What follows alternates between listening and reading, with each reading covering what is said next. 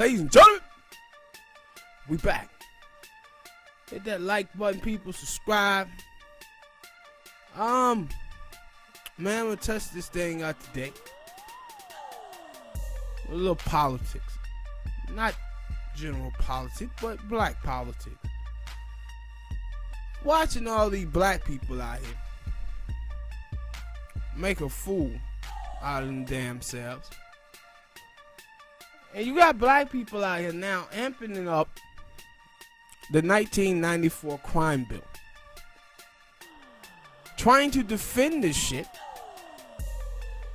with a bunch of lies. One of the lies they're saying is that black people supported that bill.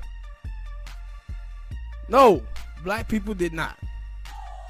66% of African Americans said that bill was racist in 1994. The NAACP, they came out against it. And so, the people who were for that bill was the Congressional Black Caucus and the black churches. Two entities that do not represent black America at all. And what? That what they... Yeah. That what people go by. But especially the black church. Yeah. Like the people in the mainstream media or whatever.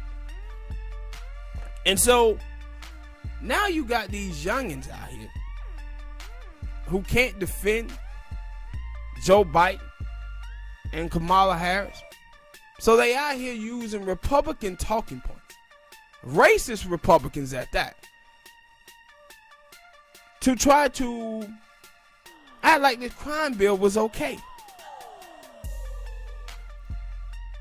And I said, no, down. I won't just say youngins either, because I always say no, I'm talking about. Yeah, I'm just talking about the one that you saw. Yeah, no, the reason why I said it's that, them old. Of course, they're the old heads. You already know, like with it. Like the reason why I'm talking about the young ones is because it's a split in Black America for as progressive laugh and the older black people. They'll vote for a goddamn biscuit if it had a D written on it. It don't matter who it is. But my thing is, and reason why I'm talking about it is because it's what I always say about the number one goal of white supremacy is getting the oppressed to blame themselves for their oppression. And so that's what you see in these people do. Like it's crazy feminist women who are out here talking about, yeah, they did the 1994 crime bill because they needed to protect black women from black men. And it's like, are you serious? Like, this is where y'all going with this? I said, man, you see us as black folks. And politically, man, we just be sitting around here throwing away political capital. I said, we have all of these problems going on in black America. And the only thing that we wanted out of this election cycle was a black woman on the ticket with all the problems that's going on in black America. And this is the reason why. It's because we cannot hold the Democratic Party accountable because we too busy throwing on our cake for them.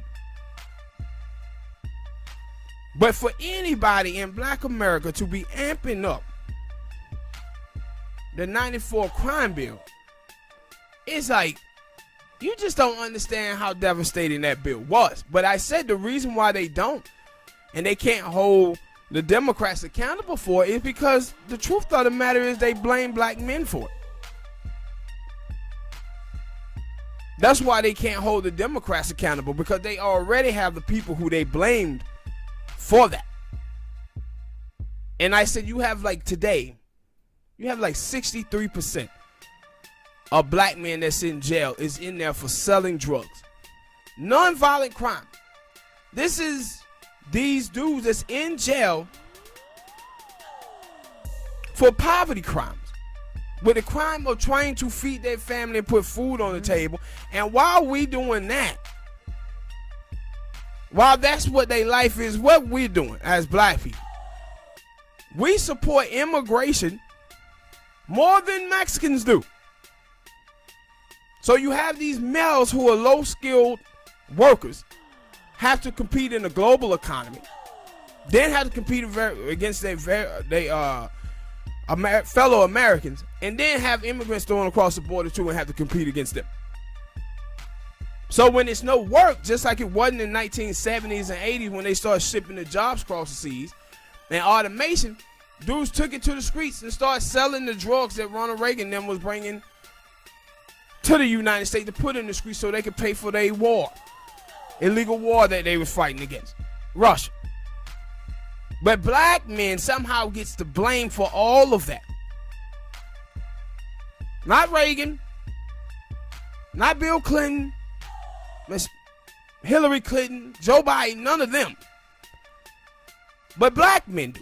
And they blame black men for this without actually saying that's who they're blaming for it. But if you're not holding them accountable for it,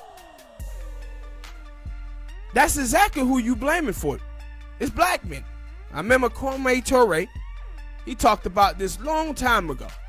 He said if you talking about the crime in the black community and you're not talking about the cause of the crime, then you can't have a good analysis of what is going on.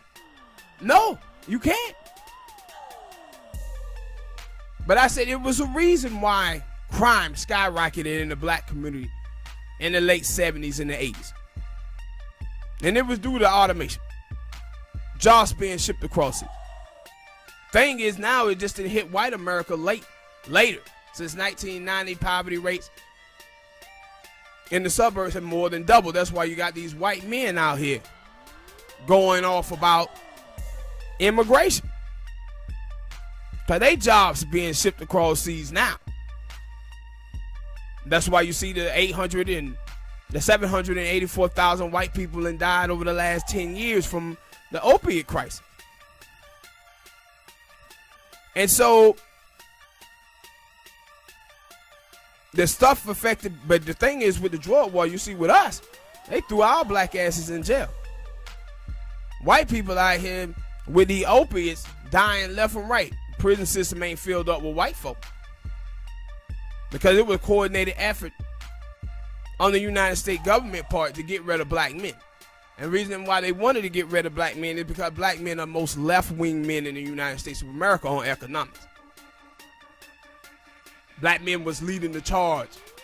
Them and black women in the 60s, 50s and 60s that forced the Democrats and Republicans to do shit that they did not want to do. But if you eliminate the black dude from the family structure, put felonies on their records so they cannot vote, now you done took care of that. Now you have a political system that basically based on privileged people. And what privileged people love to do is talk about individual racism, individual sexism, individual homophobia. Like you watch like the Jewish community. Yeah. The Jewish community went after Nick Cannon hard. But the Jewish community need that, right? Because the Jewish community was oppressed in the 1930s. And it lasted 12 years. But ever since in America, Jewish people in America is the most privileged group in America. Next to white people. So they cannot talk about systematic oppression. So what they do is they put wordplay on the level of the oppression of black people. See, they can get somebody fired for saying something anti-Semitic on TV while black people can't even get police officer arrested for killing Breonna Taylor. And whoever else they gonna kill. Yeah. But Jewish people can get people fired for just saying the slightest shit about them. But they will put their level of oppression up against black people and act like it's the same. And people just ride along with that. And, like, a lot of times, because we don't talk about Jewish, like, and that's a lot of things in America that I blame the school system.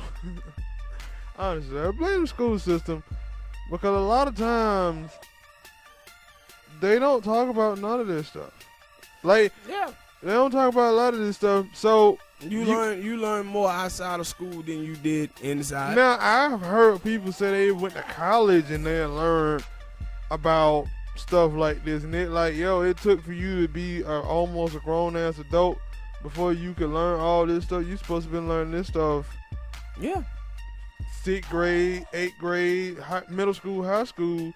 So I'm like, no, I'm starting to say, no, I blame this on the goddamn school system because they did. And I've heard other people who control start the school system. White people. And I started to hear people say that a lot too. That like the way that we were taught in school, and I had started saying this like, cause my thing was I'm looking at the world and I'm like, yo, everybody in this something is cutthroat. Yeah. But in school they told they you teach you not to be cutthroat. Yeah, they teach you to treat everybody the way you want to be treated. Keep your hand to yourself and all this stuff. But then you look out here in the world, you seeing people raping people, killing people, stealing from people, taking using stuff to get ahead of other people. Rugged individualism and self-advancement, bro. And it like, yo, why y'all didn't tell us this in when we was in school? So we like, this is what you should have been preparing us for. That's the real life. This kumbaya, everybody. Because if you not the way of the world. Yes, but then again, if you think about it, they kind of did. I don't know if you had that problem, but we did. And when I used to go to school, they used to tell you, if somebody do something wrong, tell them. And then once you do, they'll say, oh, stop being a telltale. Yeah. And they're like, what the hell?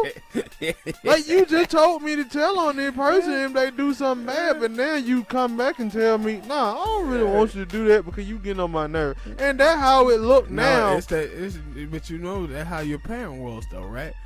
Your mama and daddy tell you to do something, and then you see their head do it. They say, "Boy, do as I say and not as I do." Like, that know shit what? confusing, the little motherfucker. Mama, what? And I didn't like that either. And I thought that was bullshit. And at this point, just like it was bad school, that was bad parents, and don't do that. Like, you can't tell something. Like, and I hate that now. Like, I would never come up here and tell y'all, come up here and tell y'all not to do something, and I'm not doing it too. I would not do that because I would feel that, like, yo, I'm a fucking hypocrite. Excuse my language. I was like, yo, I'm a hypocrite. Why am I doing that? If I'm gonna tell you to do something, but then while I'm telling you to do it, I'm finna go right on up. That's why I have a problem with cheating. I have a problem with cheating, and because a lot of time when I see people and they be like, yo, they cheating on their spouse or something, and they're like, what is the chance they were just on the phone with their spouse? Told them they loved them, told them to kiss the kids, and then rolled over and slept with their mistress. That's a lot of time how that happened. But they're like, no, you didn't. Like, all right, y'all. And now, like, we were talking about this yesterday about people being in. So what the word is? It ain't entitled. Is it entitled? Maybe it is. No, elitist. Being elitist. And it like, no, a lot of people have a lot of elitism in them. And we don't talk about that in another topic I got too. And if I see a little speck of that in you, we ain't cool, man. And I see that in a lot of people. And another thing about the black people amping up the 1994 drug bill. Another thing they're doing is with this Kamala Harris shit. And I said, man, goddamn representation politics. It gonna be the death of black America, man. I'm watching these people, all of these folk. You had the 200 men that signed on to have a black woman as the VP.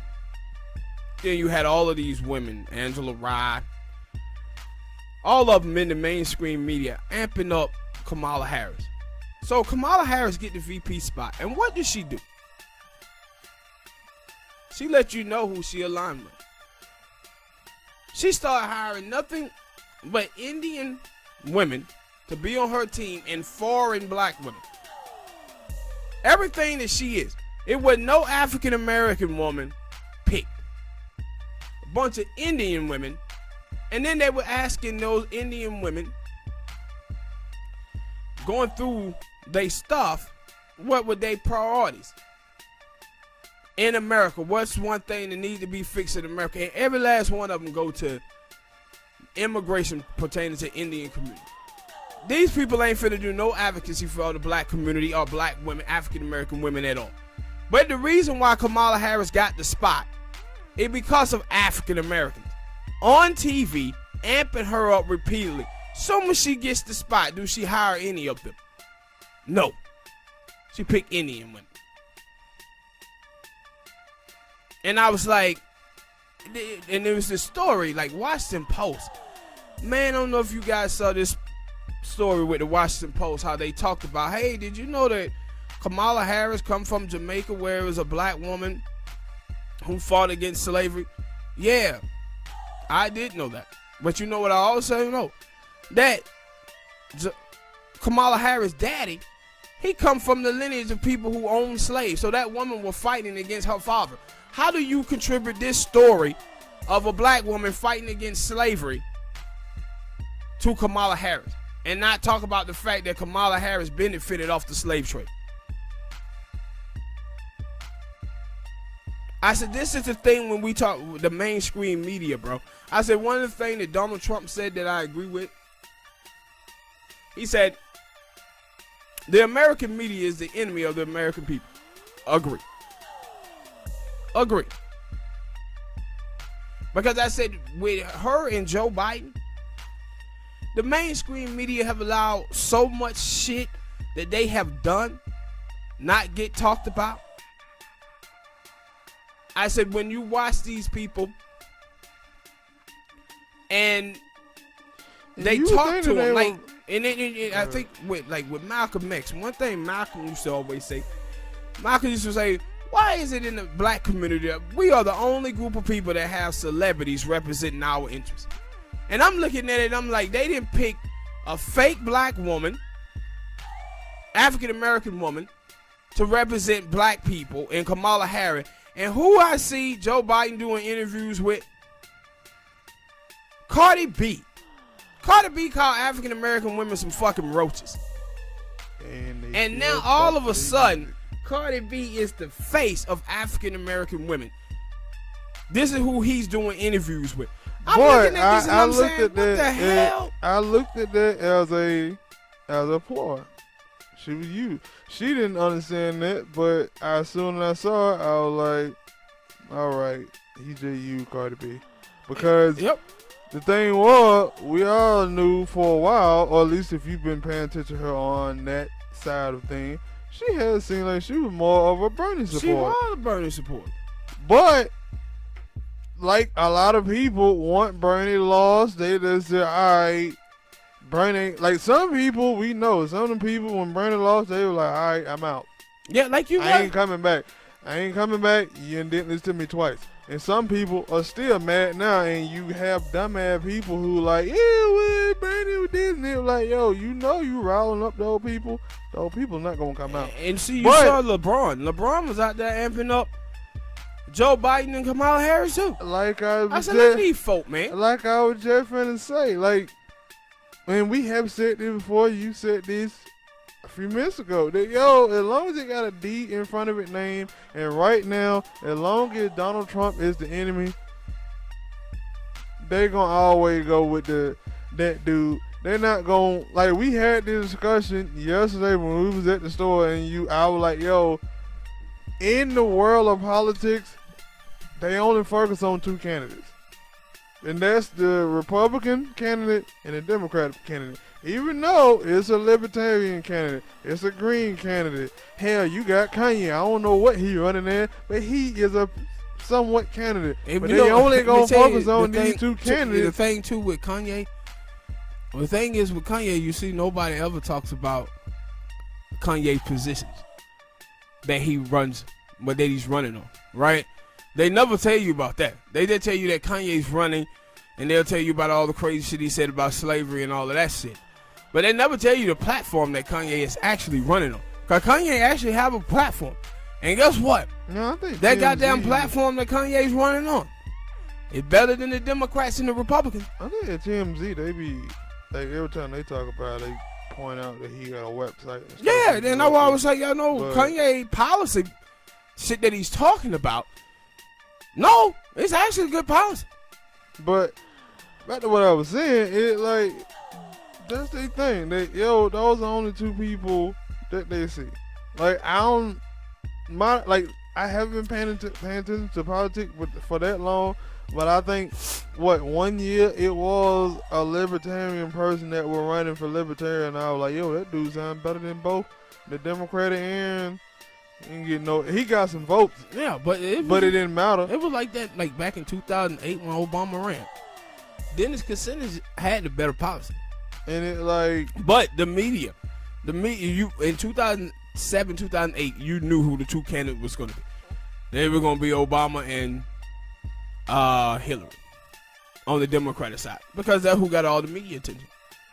Yeah, that's what I'm saying. And so, now. Like, and my thing is, and the reason why I said like you have to keep talking about these things over and over again because you do have a primary where you're able to pick candidates, but people pick bad candidates and then they sit around and try to defend those bad candidates and tell you, oh, you got to vote for this person.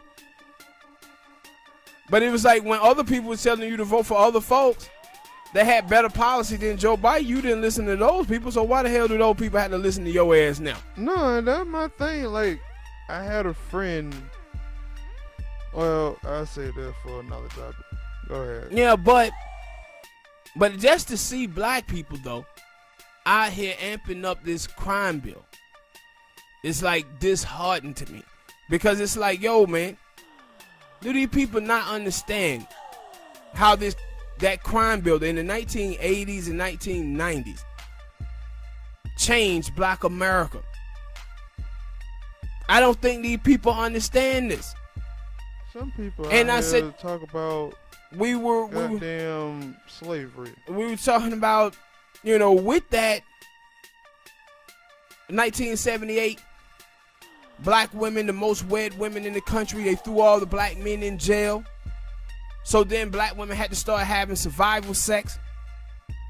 This is why we sit here now with 60% of black women have multiple baby fathers, only 30% of black men. 27% of white men, the black men numbers is on par with them. Then you got 68% of black men without children from previous relationship or current relationship, which means 32% of black men, young black men, are fathering 100% of black babies with black women. This is because of male patriarchy. Women, and I always say the same women who trash this male patriarchy is the same women who put down men for not living up to patriarchal norms. So what we have in our community, again, is a bunch of serial nutters, dudes who don't have any sexual discipline. And it reminds me of the dude, not San Francisco, but the Seattle Seahawks player who tried to disguise his girlfriend or this girl as a Seattle worker to sneak her in so he could have sex with her. Threw away a whole goddamn NFL career. And we talk about T.I. When T.I., remember last year when T.I. was trying to keep his daughter from having sex, and then now you see his new daughter, his older daughter come out. Later topic. Nah, we can talk about it. I'm just going to go in and a little bit on it. But now you see this girl announced that she pregnant, and pregnant by who? Pregnant by a dude who got 2 baby mamas already. Really, this is the type of shit that T.I. trying to guard his other daughter from. And in our community, we as black men, we get blamed for not taking care of our kids. But the truth of the matter is, black men don't have any kids. One man can't be in 6 or 7 households, man. But this is all about displays of male patriarchy that the women are chasing. They're chasing economic security. And because of the drug war, instead of them doing trade school, investing money into the black community to help black men get jobs, they lock black men up to cover up they fuck-ups on the back end. And somehow we as the black community have allowed for black men to be blamed for that. No, and I would agree with that. And like that was with a lot of things that I've seen. Like every time I see a discussion now, I see that and it's like, wait, huh? Like it was like, yeah, and I'm for women. Like I always say, I'm for women getting what they want, what they deserve, what they work hard for. But a lot of time, like I would see this and I'm like, wait, huh? So we went in that together. And I would hear like, yo, yeah, black women, we ain't never been protected Yeah. and stuff like that. And then like some of the stuff that they would rile off, I was like, all right, give me some examples. And then I'm like, wait, so black dude went right there next to you getting them beatings? No, not only that, how did you get free? You got free because black men fought in the Civil War. How did you get your rights? Because black men fought for you to get your civil rights. And see, this is all the brainwashing. But they fought together. Like, yeah, also, always together. And then like, yo, when you like when you riding off all this stuff, like name me some stuff where okay, black men went in the picture and it was just y'all. Yeah.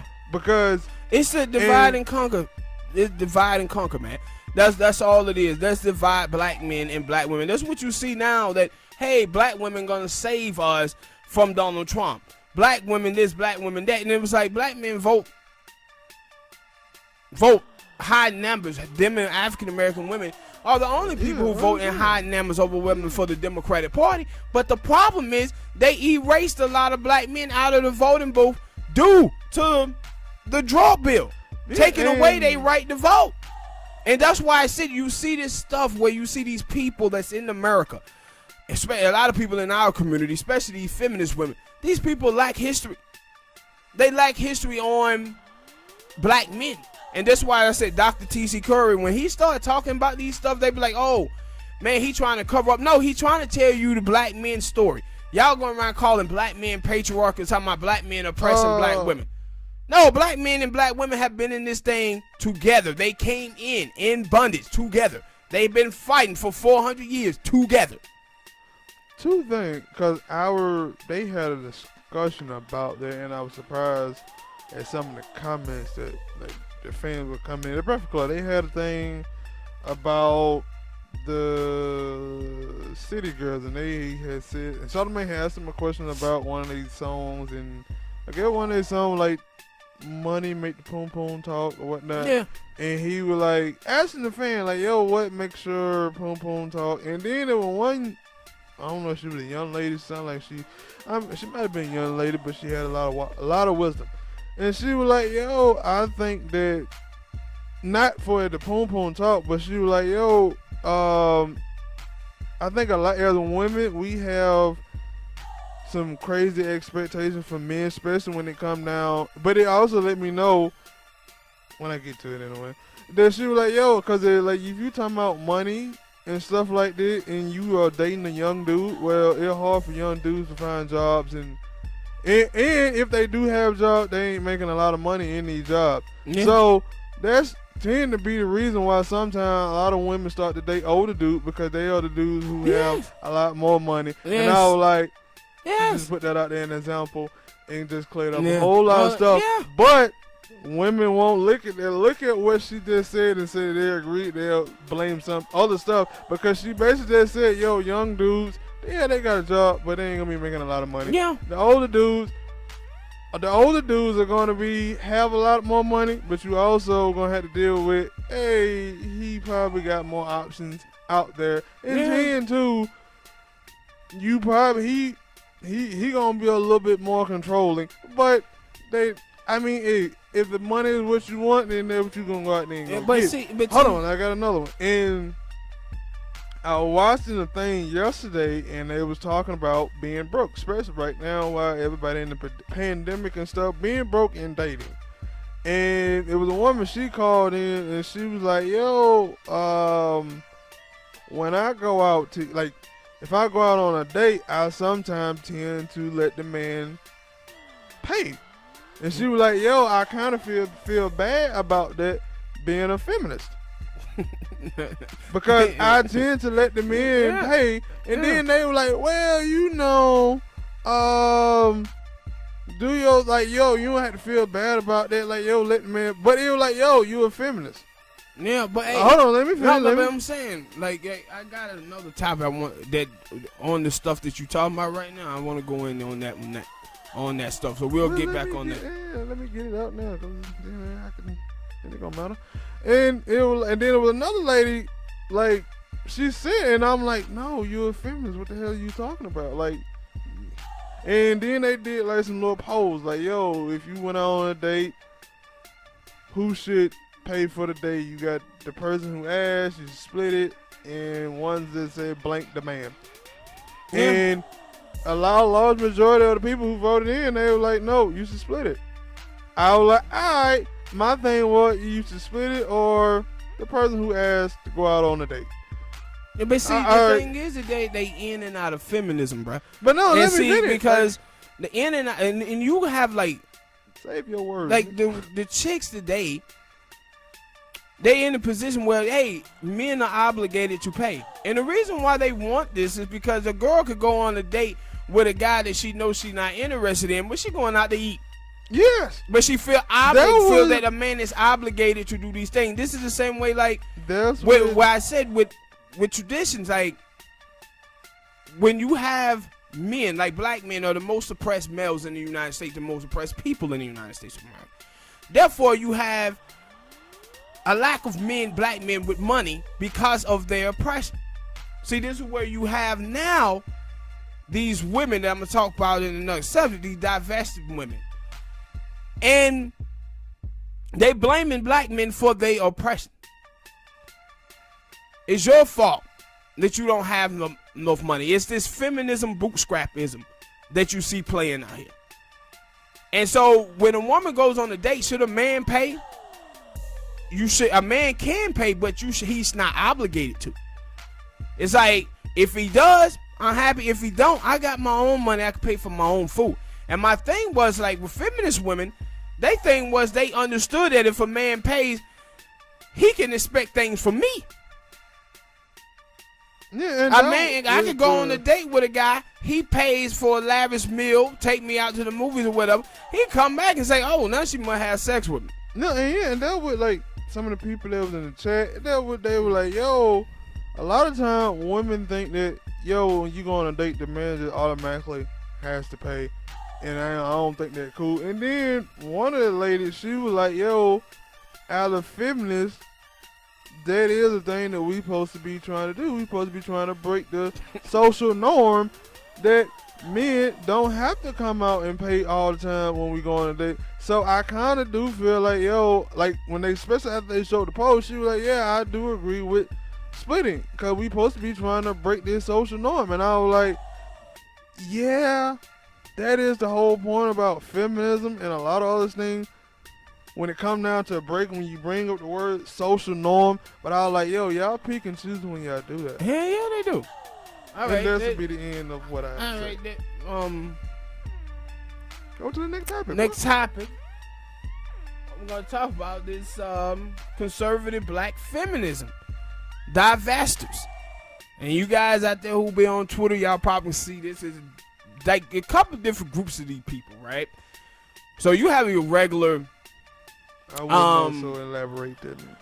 You got your regular black feminist women, and your regular black feminist women, they on the left wing, and they, you see these type of chicks like Angela Rye, Brittany Cooper, some of these women, Jamela Lemieux, but then you got these other ones, right? And me following these people on Twitter and everything. Question, why the hell do you follow these people on Twitter? I don't follow them on Twitter. I actually follow other black people, and these people keep popping up in they goddamn mentions and shit. So you basically now a part of the goddamn conversation because you seeing it. And so a bunch of these folk, and it was crazy because Joy Taylor, early on this week, it was two sisters actually. Joy Taylor and this another girl, she was a Republican named Carissa Lane or something like that. And Joy Taylor started telling her story about she was an abuse victim. And some dude, a white dude there, all black men are abusive and rapists. And Joy responded to him, no, black men are kings.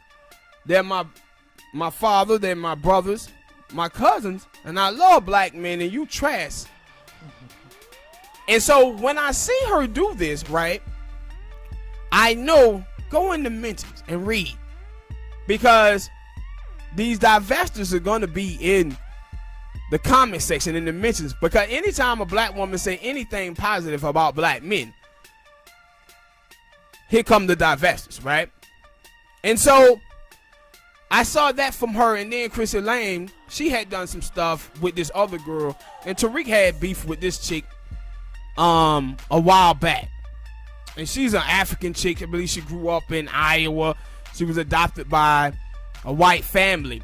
And she proves exactly what I say about these people, Smoke. She was like, you cannot have black culture when you wasn't raised in black culture.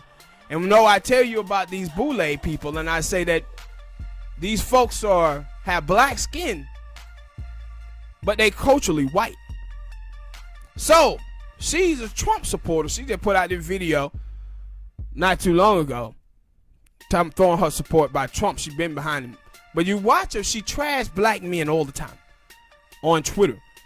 But she has a 10-year-old son by a white dude. White dude got her pregnant and dipped on her. I ain't seen her kid since it was in the hospital. But she's on there trashing black men, saying black men is no good. So you'll have these black feminist women.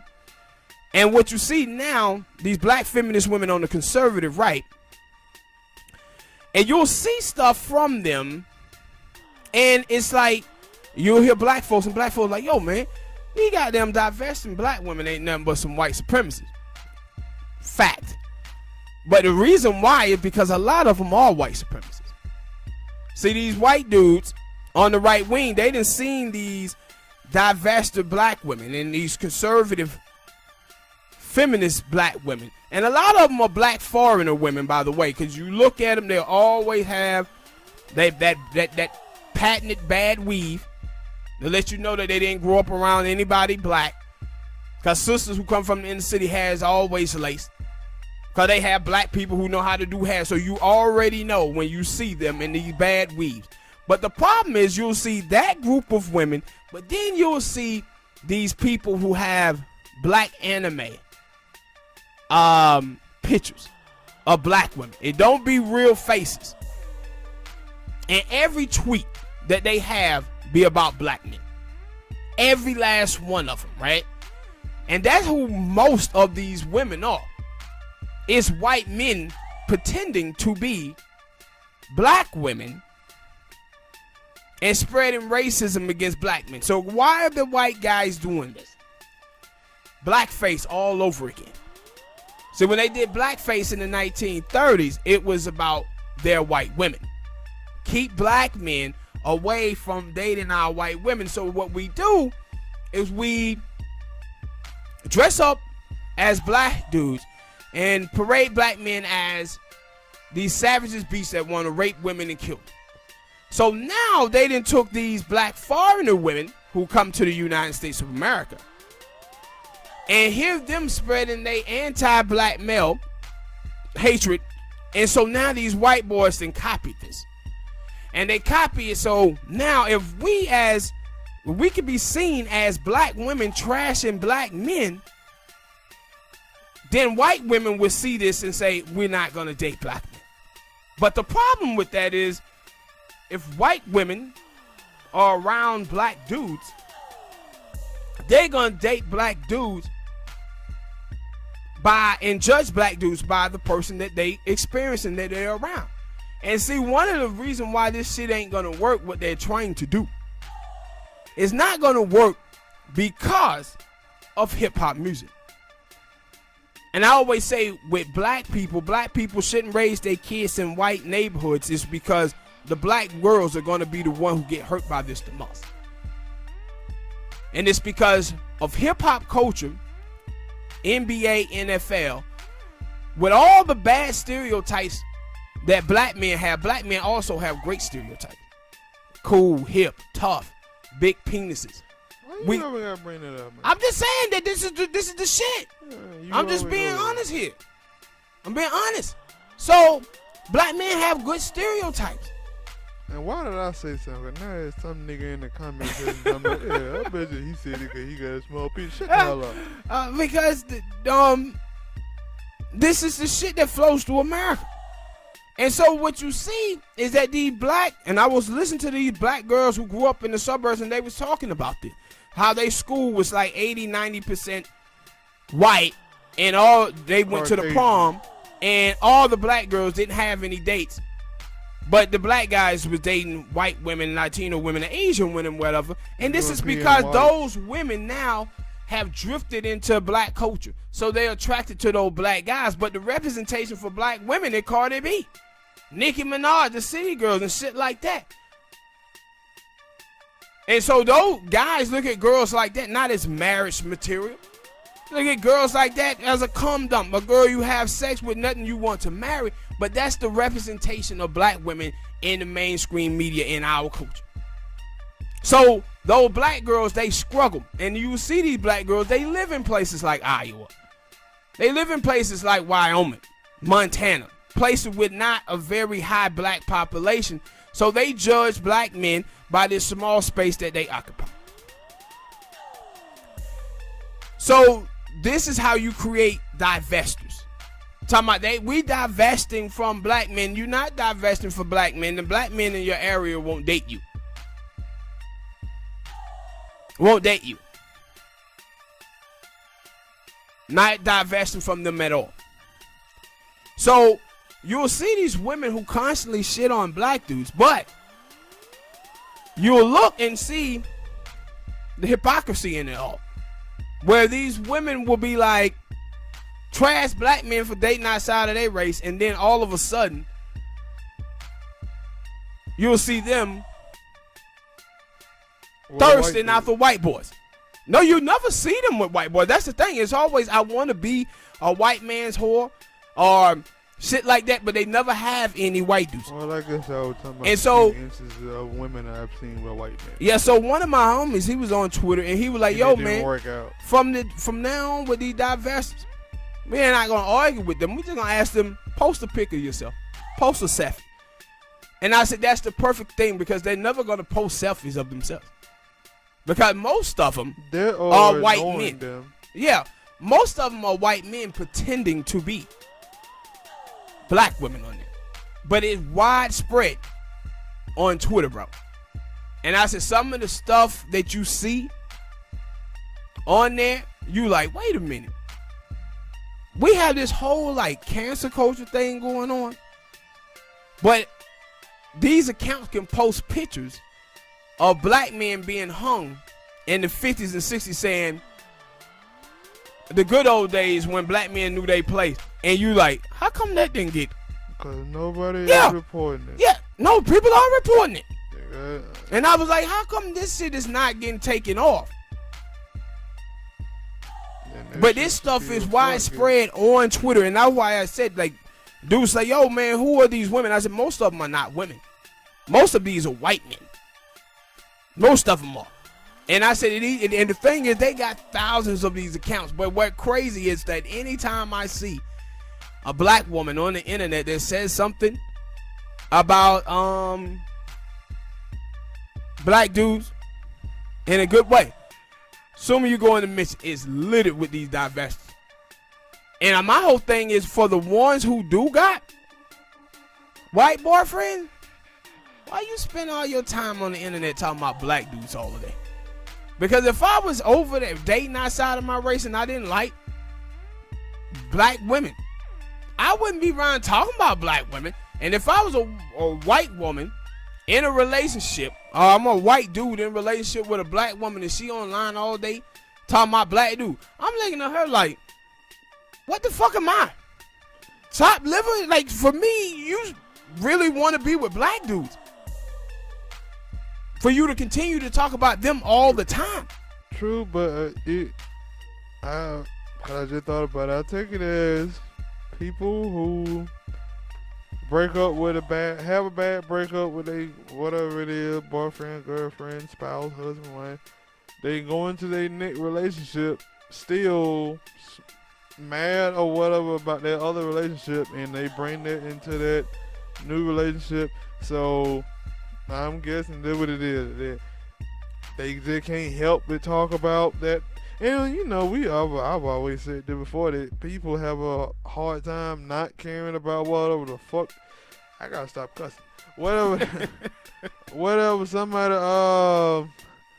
like, you know, cause we talk about it with Trump. Like sometimes Trump will come out here and tweet something out, and it like you really didn't have to pay attention to what he said. But because it's him, people can't help themselves but to read it and then get angry. So with a person that was in a relationship and they felt like, and that's what I'm seeing from, especially when you talking about women, that women seem to harp on their relationships, and most of the time they blame the dude for the reason why their relationship failed. No self-reflection. So they harp on that past relationship, while you see a dude, he's like, yeah, just trying to go ahead and find a new chick and bust his nut. Hey. And keep it going.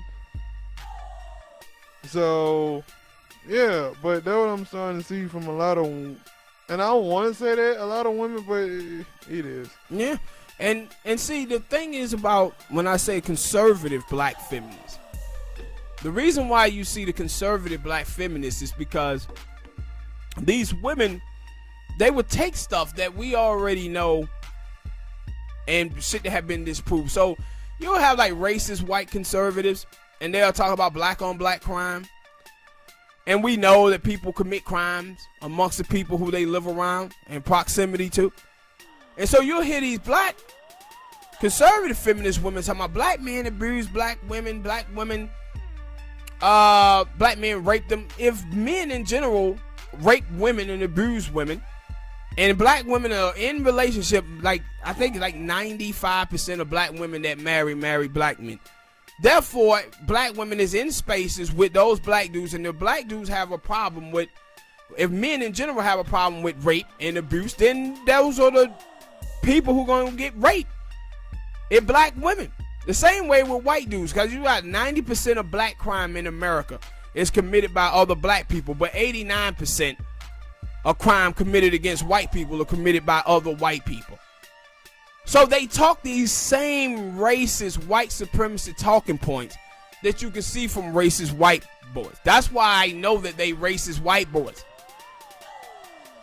because they talk the same language of this. And you see these women, and the reason why I'm talking about it is because it's the young girls. That's who they going after. They going after the young black girls who like 16, 17, 18 years old. This is the same thing that the racist white supremacists do on gaming chats, online play with the normies. They call them normies. This is how you get them, by going in there making them feel self-loathing that, hey, all the other race of people in the country hate you because you white, and draw them in to believe in this stuff. And that's what they trying to do to young black girls. And so the young black girls who are foreigners that live in predominantly white communities are young black girls who didn't grow up around black people. They susceptible to this type of shit. And suburban blacks. Yeah, that's what I'm talking about. No, cause you said young black girls first, and then you said that. I threw in suburban black because hood black girls. Yeah, they're too smart for that shit. I ain't gonna say that. And so, not all of them. I ain't gonna say that, but all. No, this type of stuff that these chicks, that these people are saying, black women are too smart for this shit. And I know this because I see them. I see them online constantly saying, "What the hell are these folks talking about?" And I'm like, yeah, like, no, inner city black women are too smart for this foolishness. And so, when you get into debate with them though, and you start bringing up numbers and data to show what the truth is, you'll see them cut off then. Then they'll go on popping up in somebody else's mentions. But they spreading this type of filth around, and it mostly black immigrant women and white boys on the conservative right. I said, boy, that white boy got a lot of time on y'all hands to be out there pretending to be black women on Twitter. And that's why I see so many black folks online arguing with them. And I was like, dude, y'all should see the anime pictures and just know that, hey, we shouldn't even pay these people any attention. Then hit the block button and report button and move on. And stop arguing. But I understand why they are. They arguing with them because they see the target. And it's the young black girls. Because when I do see a black girl who repeat the talking points of these fools, yeah, it always the young ones. Like 17, 18, 19 years old. A lot of them still in high school. But I said, for you to be around pretending to be black women, I said, man, black men, boy, we really live in a lot of people's heads out here. And black men out here minding their own goddamn business. But we live in racist white men's heads. We live. And that's why one of the things too, watching out now is seeing all of these black immigrants though, who are now calling out the anti-American blackness in their communities. And I said, that's one thing where have turned out good for, ADOS and B1 and foundational black Americans is that African Americans then start talking about these things, and now you have these Africans, Caribbeans and Haitians and Jamaicans now coming out saying, yeah, no, the way these people are saying is true. We have a bunch of anti-blackness in our community against the African American community, and we got to fix this shit. And I'm like, yeah, but instead of just throwing on a Black Lives Matter t-shirt and screaming Black Lives Matter without focusing on your own anti-blackness. Focus on that first. Well, all right, people, hit that like button, subscribe. Next topic. It'll be a quick one. Man, this is a young lady, and some of y'all may know her, follow her. I genuinely like this black sister named Erica Lachey. But she said some shit about black people have to have group economics, and we have to do like the Asians. And one of the things about this, it was funny to me, is like I'm hearing her say this, but then I'm watching the Asian community, and the Asian community now, some of them, are recognizing how they was used by white America to paint the picture of a model minority. But you still see, like, Erica Lachey, she still believes in the model minority. And why that is fucked up is because what she basically saying is that black people is in the position that they are in because of effort. And see, this is the same stuff that you hear from black immigrants. This is the same stuff. It was this young dude, I think he was Middle Eastern. He was on the Hill. And he was talking this same foolishness. And the young Muslim woman, she came out and she had said, yo, it's real easy for us immigrants to get wrapped up in white supremacy because it's a very lucrative career. It's by amping up and protecting white supremacy. Exactly. But when you have black people doing this, that's a whole nother story. And what she was saying about Asians, the reason why it's so crazy is because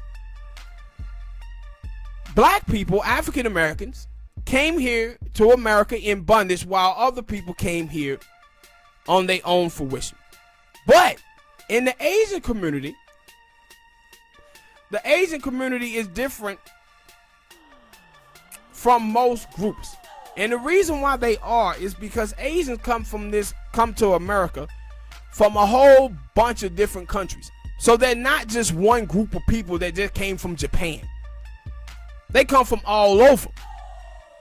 So it's no way that Asians are having group economics, for one thing.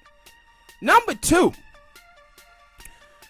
the income inequality gap between the richest Asians and the poorest Asians is bigger than the economic gap between the richest whites and the poorest whites. So you have probably like 5.6% of American population is Asians. You got like 2% of those people that have some money. In New York City, the Asian immigrants are the poorest immigrants in New York. So what you have here is, with the Asian communities, the people who come to America, who wildly successful, is Asians who come from Japan, China, Korea. The one who come here that are poor come from the Philippines, West India, and Vietnam. Why? Because those people came here to this country as refugees, where America went through those people's countries, fought wars and everything, and fucked up those people's surroundings. So America allowed those people to come here. Those people's situation are similar to that of blacks and Mexicans. Mexicans come here to the United States of America and they remain poor. Black people in America came in here as slaves, they remain poor. So this whole thing about group economics and being like the Asian is false. And when you see Asians, right? Yeah. With Asians, their numbers are diluted.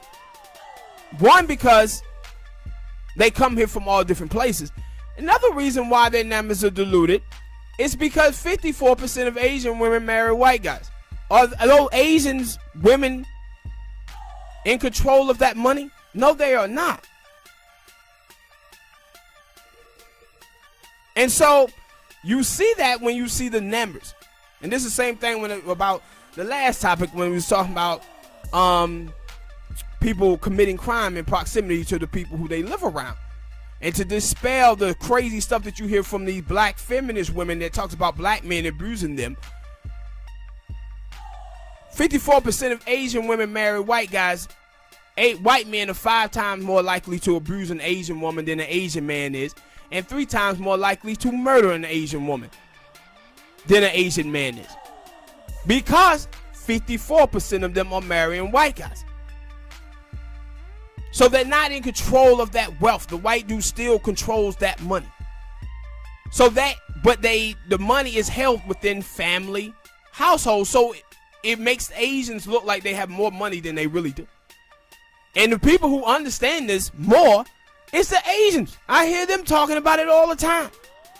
But you're still seeing black people, though, like Erica Lachey, believing in the model minority. I said everybody, like these people out here in America, do not, for the life of me, I don't understand how they can compare African Americans to other group of people. Like African Americans was enslaved for 244 years, 100 years of Jim Crow. Everybody else that came to this country came here off the backs of African Americans. You cannot compare anybody in this country to African Americans. Even the black immigrants, slavery ended in those people countries. They be like, oh man, we had slavery too. You guys had slavery in countries that was 90% black. We had slavery in a country that was 75% white. And our slavery lasted way longer than the rest of you guys' slavery did. And then they say, black immigrants, we just have a different mentality than African Americans. No, you don't. This ain't about mentality, fool. This is not about you putting in more effort. If this was about hard work, African Americans would own the United States of America. If this was about hard work, because we built it. It has nothing to do with mentality. It has everything to do with us being oppressed for 400 years. But they think it's a mentality. And the thing is, I see too many black people who seem to believe this same nonsense.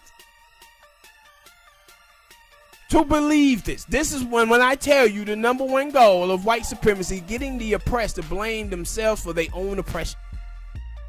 Because once you're able to do this and condition them to believe that they are at fault for what has happened to them, then you don't have to worry about them having a black politics or a black agenda because they too busy blaming themselves.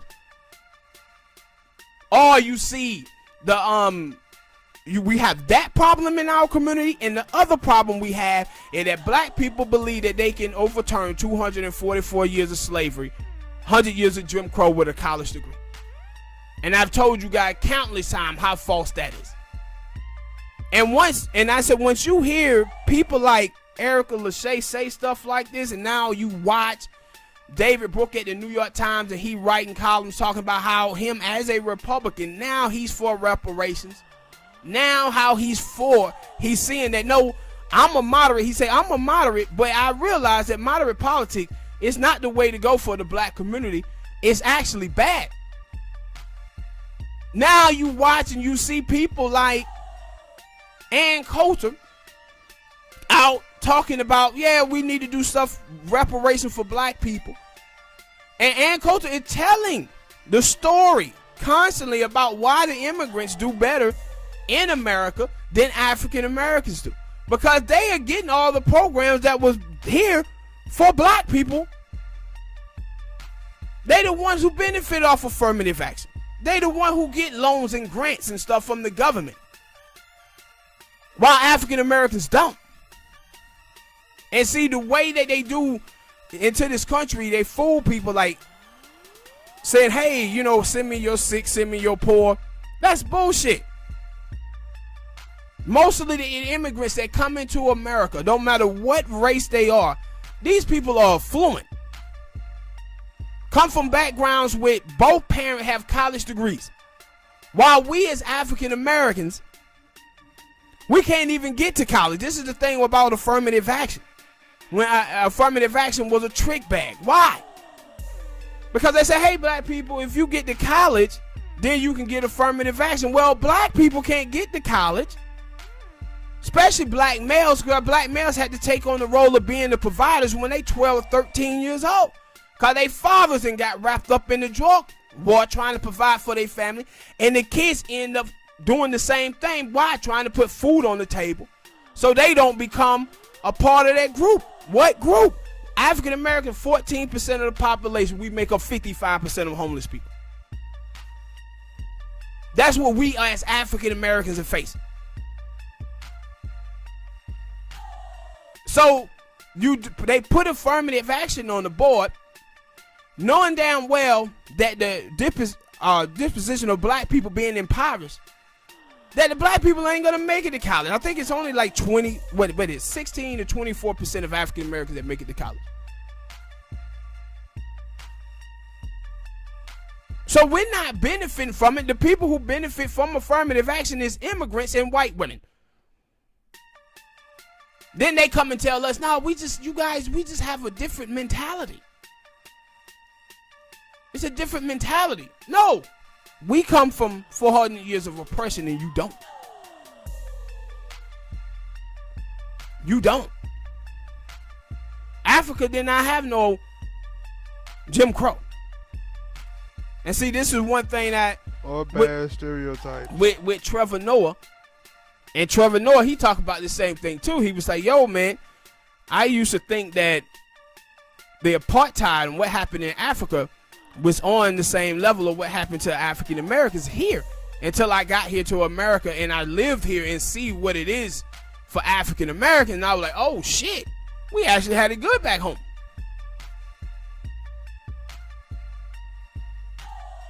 And I said, yeah, but that's to see though black people out here. And I said, this is why it's so easy for us as black people to get co-opted by other groups where we become their mules, because these people are able to have us believing that their life and the issues that they have is on par with ours. That's why when we start talking about all this people of color, women of color, and all of this type of stuff. It was like these folks who come into America, life is not what our life have been in the United States of America. It's like these people are afraid to just push policy measures and an African American agenda to these politicians, where we have to bring in everybody else and sit around here talking silly stuff about group economics when you can't even get African American who are successful to buy homes in their own community, buy land. That's one of the reasons why we can have all these white people coming into the black community and gentrifying it, because black people within the black community that does have money are too busy trying to go live in white communities where they getting charged more than double for the houses. This is why the 2007 crash happened. Like I said, blacks and Latinos in America without the car and the couch is worth $4,300, $4,100. These are people who have middle class cars, middle class homes, and poor people bank accounts, and that shit is not sustainable. One sickness, somebody get laid off, the bankers gave them all these ghetto loans, these bad loans, so people are losing their homes. But we have land in the inner city that people could buy for cheap. I said before 1965, before the Civil Rights Act, we had black people who lived in a segregated America. So things then was closer to us having group economics. But we can't have group economics when you have people who black who got money. This is almost like Pan-Africanism. Where cats be like, yo, man, we can have Pan-Africanism. We can't have Pan-Africanism when African Americans are the only one who fighting for it. We can't have that. And with Erica Lachey, that was crazy about it is that she don't practice what she preached. People asking her about, hey, what do you do for the black community and stuff like that? She's like, well, what I do is worry about my own and my own people. Then how do you preach group economics to black people if that's what you're doing? The crazy goals that you setting that you ain't even living up to yourself. And then doing it with Asians. Don't tell me you done no education, no research, no nothing on the Asian community. Out here buying into the same stereotypes and the same racist tropes that white people planted in America as these modern minority. And I have Asians are the one who are fighting against this while black people are believing it. I think that black people, the way I'm seem to notice as a fact, because I'm seeing it now firsthand, that a lot of time black people speak up for like Latino immigration and other stuff like that. And yeah, they speak up for other races because they feel like, yo, we speak up for them, they'll speak up for us. But a lot of time, like, when has it hell for 400 years? When had it happened? Now you had a few white people that came out there and said that slavery was bad and racism was bad, but it wasn't enough to make change. And then once the immigration started happening, Mexican people start coming, Chinese people start coming, and you heard the story before. Black people trying to tell all these people about America, and then they looked at black people like, yeah, stop whining, and stuff like that. But then when the bad stuff started happening to them, black people were like, yeah, see, we told you. Now, hey, we gonna fight on your behalf. But and all are forgiven. All are forgiven. Yeah, all are forgiven. All the stuff we did to you and said about you, all forgiven now. Yeah, but and the old people, like some of the old people say, all right, man, you know what, black people, yeah, all right. But then some of the old people, they're elitists. They look at that. By that time, white people were, they are the it. They are the hot thing. They are the, like, even though like black culture, we talk about all this stuff, but money rules America. And a lot of people's eyes, white people have more money. Fair weather fans. It's just like with you know, like fair weather fan where the team that winning, people gonna jump on that bandwagon. Yeah, like my father. My father jump on whatever team that winning every goddamn season. And college football, yeah, he an Alabama fan, Florida Gator, Ohio State. Anybody who goddamn winning, that decided team he jumping on. Clemson. Yeah, like, man, pick a team, bruh. And that's why I say that there is a elitism. Like, they see the old people as the elite class or whatever it is, and they say, I want to be a part of it. How do I be a part of it? Mm-hmm. And they look at what's the elite class and what is so-called the lower class. And at the bottom is black people. It's us. Mm-hmm. So they don't want to be a part of it. They're going to talk bad about it. They're going to say something bad about it to try to propel themselves into the elite status. But it doesn't work. Yeah, and see, for a lot of them, it don't work, and see, they continue to try, and that's what I'm saying. But see, yeah, and see, the thing is, Smoke, they talk to you like you stupid, right? Like you don't know their numbers. That's why I always say, like with black middle class people cannot shame poor black people. Y'all asses are facing economic genocide by 2053. And you're gonna have 0% of the wealth and 0% of the land by 2053. That's what your name is. We can see through all them clothes and them shoes and that car you got. And also, poverty behind that. That's why in America we'll never get nowhere. Like I heard people talk about this, speak on classism and stuff like this, but it's not to a bigger point. Like I always say, like, yo, it's a lot of, like, I always hear people say, yeah, we need to sit down and have a big discussion, but they never really do it. Mm-hmm. But like, I think one time we talked about people when it comes down like taxing the rich, and then people be like, yeah, I'm for it, but then again, what if I get rich one day?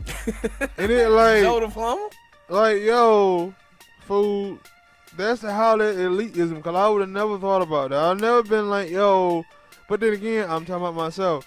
I'm not, everybody don't think like me. So I understand that as well. But that's why I was like, no, that's elitism. Because you're not even thinking like, yo, we all could be equal. But no, you saying, no, I want to be what I like, what they got, what they doing. That's why you see so many people, especially black people, like living their lives through celebrities and shit like that, because they elitism. They want what that people got, and they feel like, yo, if I do this, because a lot of times you'll hear your favorite celebrity or something like say something stupid like, hey man, yeah, I ain't like y'all. I got out here and I grind while y'all sitting at home watching me. And it like, did you forget about like when you wasn't popping, you were poor as crap. You didn't like it when other people were saying the same stuff about you. But now that you popping and you got a little money in your pocket, the first thing you say, is, oh man, I ain't like y'all sitting at home eating tater chip watching me. I'm out here grinding. Like, yo, like you saying it, like basically you saying, yo, once you made it, everybody just stop working. Yeah, now it's like, and one thing too that I thought, like, with the Erica Lachey thing, I'm watching cats out there talking about it, and I was like, man, I thought you niggas was gone.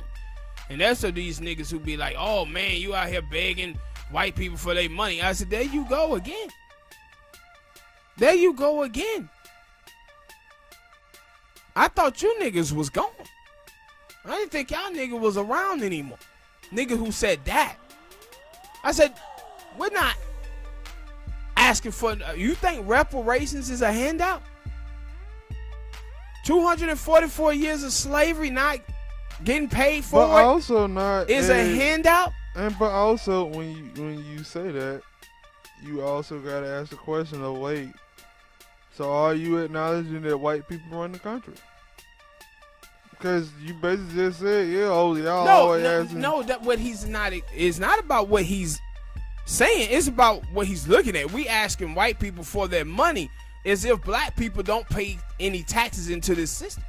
If black people never fought in all of the wars in America, Black people are not asking for money, asking white people for their money. What black people are asking for is money that's supposed to be there. This debt is owed to black people.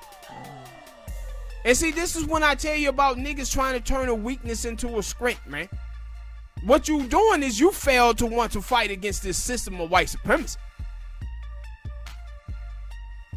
This is when the black pathologists were out there in the 1960s telling Dr. King that they might as well settle for second-class citizenship because, hey, man, these white people ain't gonna never give you your civil rights. I thought you niggas was gone. But now you still around talking this foolishness. And I said, what do you think black people been doing this whole time? The exact thing that you saying. That's why we got like black dudes in prison and everything. The survival sex that's going on in our community with black women. We been out here on the grind trying to get money.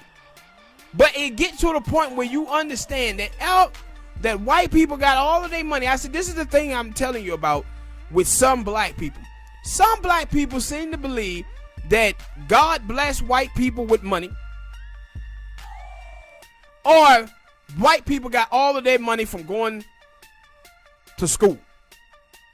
These niggas didn't erase 244 years of slavery. And the reason why I say that is because you see, when we talk about slavery, we only talk about slavery in case of white versus black. But slavery was about money. It was about generational wealth. This is why white people have it and we have none. But black people got all of these other things that they think they can play. And we gonna overcome all of this. That's why when they had the numbers that came out and it was like, yo, African Americans that grow up in privileged homes end up falling back into poverty anyway. They'd have no generational wealth, bro. Generational wealth is everything. You gotta set your kids up for a better life. We cannot do that. And we keep bumping our heads against this wall trying to build a home without a foundation. Black people are. And a lot of this stuff that have been disproven. Some in our community still believe this garbage. Still running around talking about black capitalism. I'm like, dude, the dude who gave you black capitalism, who taught you black capitalism, well, Richard Nixon was the same dude who was telling you that, yeah, I created the joint war to destroy the black community. So you think he gave you some good advice with black capitalism? You cannot have black capitalism without any capital. That's why they like group economics. Group economics, what the hell are we going to do with 2.5% of the wealth and less than 1% of the land? This is like these fools out here talking about, hey, man, you know, black people, we got $1 trillion in spending money. Boy, that's buying tissue, soap. That ain't big capital. That's stuff that we spending every day to survive. That ain't money like that. What y'all talking about? And that's why I say it is so much stuff, man, that we as black people got to get past. And one of the reasons, the thing is, I don't blame these black people who say this stuff, because what America have done in this country is that they created the Congressional Black Caucus. And they created the Congressional Black Caucus for one reason: to kill off the black left. And the white communists of the 60s. So now you have a small group of our community, the Boule blacks and the suburban black, the Boule blacks and suburban blacks, and these black immigrants is in the mainstream media, in the blogosphere. The small minority that have a microphone now is conditioning the majority. And that's why I said now you see politics is changing a little bit, because now we, as black people who's at the margins, now we have a voice. with Twitter, Instagram, Facebook, YouTube, where we can actually get down and talk about these problems. But for so long, we was depending on people like Roland Martin. And see, Bill Clinton, when he was at John Lewis' funeral, that's when he told you to score. At that funeral, when he says, you know, for a minute there, Kwame Ture had started to win. But John Lewis won in the end. Yeah, and Black America failed because of it. That's why you amped up John Lewis. That's why you amped up the Congressional Black Caucus. So they can get us to vote for a black face in a high place and forget about politics. Yeah, John Lewis won. And because of it, Black America, we failed. That's what happened. But all of these crazy stereotypes, all the crazy stuff that we believe in, we as black people, we got to shed ourselves to this bullshit. It's not helpful at all. This is the reason why we stuck in place. Because we have allowed for them to blame us for our own oppression, and we do this because we're not educating ourselves about our plight. We just had 45% of our black business wiped out by systematic racism. Cut 95% of black businesses out of the stimulus packages. Now, COVID is the third leading cause of death of African Americans. Read a study today that says, you know what? When black children are cared for by black doctors, they have a higher survival rate than what they're telling you. They're telling you that these people are killing black babies. That when they in the care of black people, they have a higher survival rate. The same thing in education. When black children are educated by other black people, they have a higher graduation rate.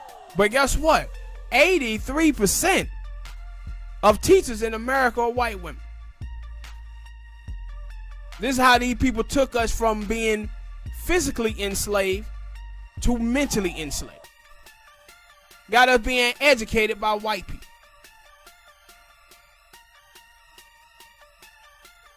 We have to fight to make sure the right black people is in position of power. We just can't trust a black face in a high place, though. But you see that we do better when we educated by our own. Our children have a better survival rate when they cared for by their own. But we got to wake the hell up, man. All right, people, hit that like button. Subscribe. Next topic. What you got, baby? All right, people. We'll see y'all next time. Peace.